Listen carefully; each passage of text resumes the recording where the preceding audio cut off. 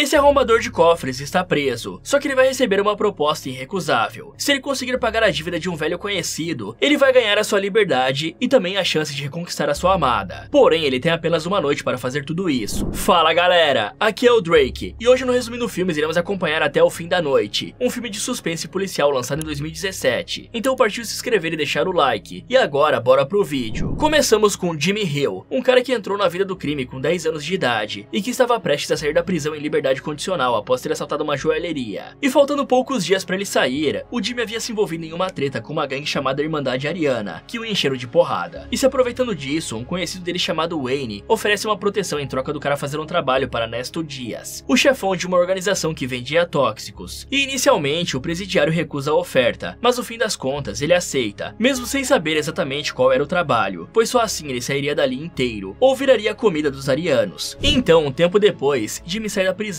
e a primeira coisa que ele faz é ir na casa da sua ex-namorada, a Luli. E ela não se mostra nem um pouco feliz em vê-lo, por também estar em liberdade condicional, e não poder ser vista por nenhum ex-presidiário, ou seu oficial da condicional a mandaria de volta para a cadeia. Mas não era só por isso que ela não queria ver o Jimmy, tinha outros motivos também, como o fato da Luli pensar que o cara tinha parado para comprar uma arma antes de ir ali, e isso poderia trazer muitos problemas para ela. E aí ele mostra que não tinha comprado nenhuma arma, e insiste em falar com ela, por isso a Luli deixa o cara entrar. Do lado de dentro, ela pergunta como foi a vida dele na prisão, e o Jimmy debocha, dizendo que a mulher saberia se tivesse ido fazer uma visita, e a Luli rebate dizendo que ele também não enviou nenhuma carta. E ela perguntou como foi a vida dele na prisão, como se o cara tivesse ido passar um tempo em uma colônia de férias. Após isso, o Jimmy dá de presente para a Is uma corrente parecida com o que ela tinha e que estava na sua família há gerações. Porém, ela precisou penhorar o cordão para ter dinheiro quando o namorado foi preso. E Luli fica agradecida, mas se pergunta se ele não roubou aquilo de alguma velhinha. Jimmy então muda de assunto e fala da coleção dela de discos de vinil, descobrindo que no tempo em que passou preso, a Luli tinha virado uma viciada em substâncias e também uma relaxadora profissional. Aí o Jimmy oferece a ela uma saída daquela vida, falando sobre ter conhecido um cara na prisão que arranjou um trabalho de verdade pra ele, em uma oficina mecânica no México. Mas antes de ir pra lá, ele tinha que fazer um último trabalho. E ao ouvir isso, a Luli se recusa a ir com ele, pistolando legal porque o rapaz mal saiu da prisão e já estava planejando violar a condicional, jogando na cara dele que a sua vida não tinha parado enquanto o Jimmy esteve preso. Depois ela manda o ex meter o pé dali, porque ia tomar um banho e não queria vê-lo quando saísse do chuveiro. E aí ela começa a tirar a roupa do nada na frente do Jimmy. Em seguida ela vai tomar a sua chuveirada, e o maluco anda até a porta da frente para ir embora, mas desiste porque decide que era melhor ir pro banheiro atrás da Luli, dar uma relaxada com a ex. E digamos que ela concorda com esse plano também. Depois da relaxada, a mulher ainda se mostra bolada com o Jimmy por conta do serviço que ele ia fazer, mas o cara a tranquiliza e a manda fazer as malas. Depois ele pega o carro dela emprestado e sai. Dali nós vamos até o policial Jack, que atuava como um agente de condicional, e era bem corrupto, extorquindo os ex-presidiários, em troca de não armar um flagrante e mandá-los de volta para a prisão. E para vocês terem uma noção de como esse cara era sujo, ele chegou a pegar uma mulher de um homem chamado Ronnie, porque ele não tinha dinheiro para pagar a propina da semana. E é enquanto o Jack estava na casa desse tal de Ronnie que ele recebe uma ligação de alguém dizendo que ele seria o oficial de condicional do Jimmy. E aí o policial resolve ligar para o Lloyd, na intenção de avisar sobre a soltura do maluco, já que Lloyd tinha uma treta com o Jimmy, e o policial não queria o bandido se metendo em seus negócios. Em paralelo, o Lloyd está se preparando para assaltar uma loja com um comparsa, contando sobre a época em que era um boxeador, quando recebe a ligação do Jack e fica possesso de ódio porque queria acabar com o Jimmy, mas o policial cortou o seu barato. Já o Jimmy vai até a loja de um antigo instrutor de picaretagem buscar informações sobre um cofre, e também para saber como os ex-companheiros estavam, descobrindo que todos eles estavam mortos ou tinham se aposentado.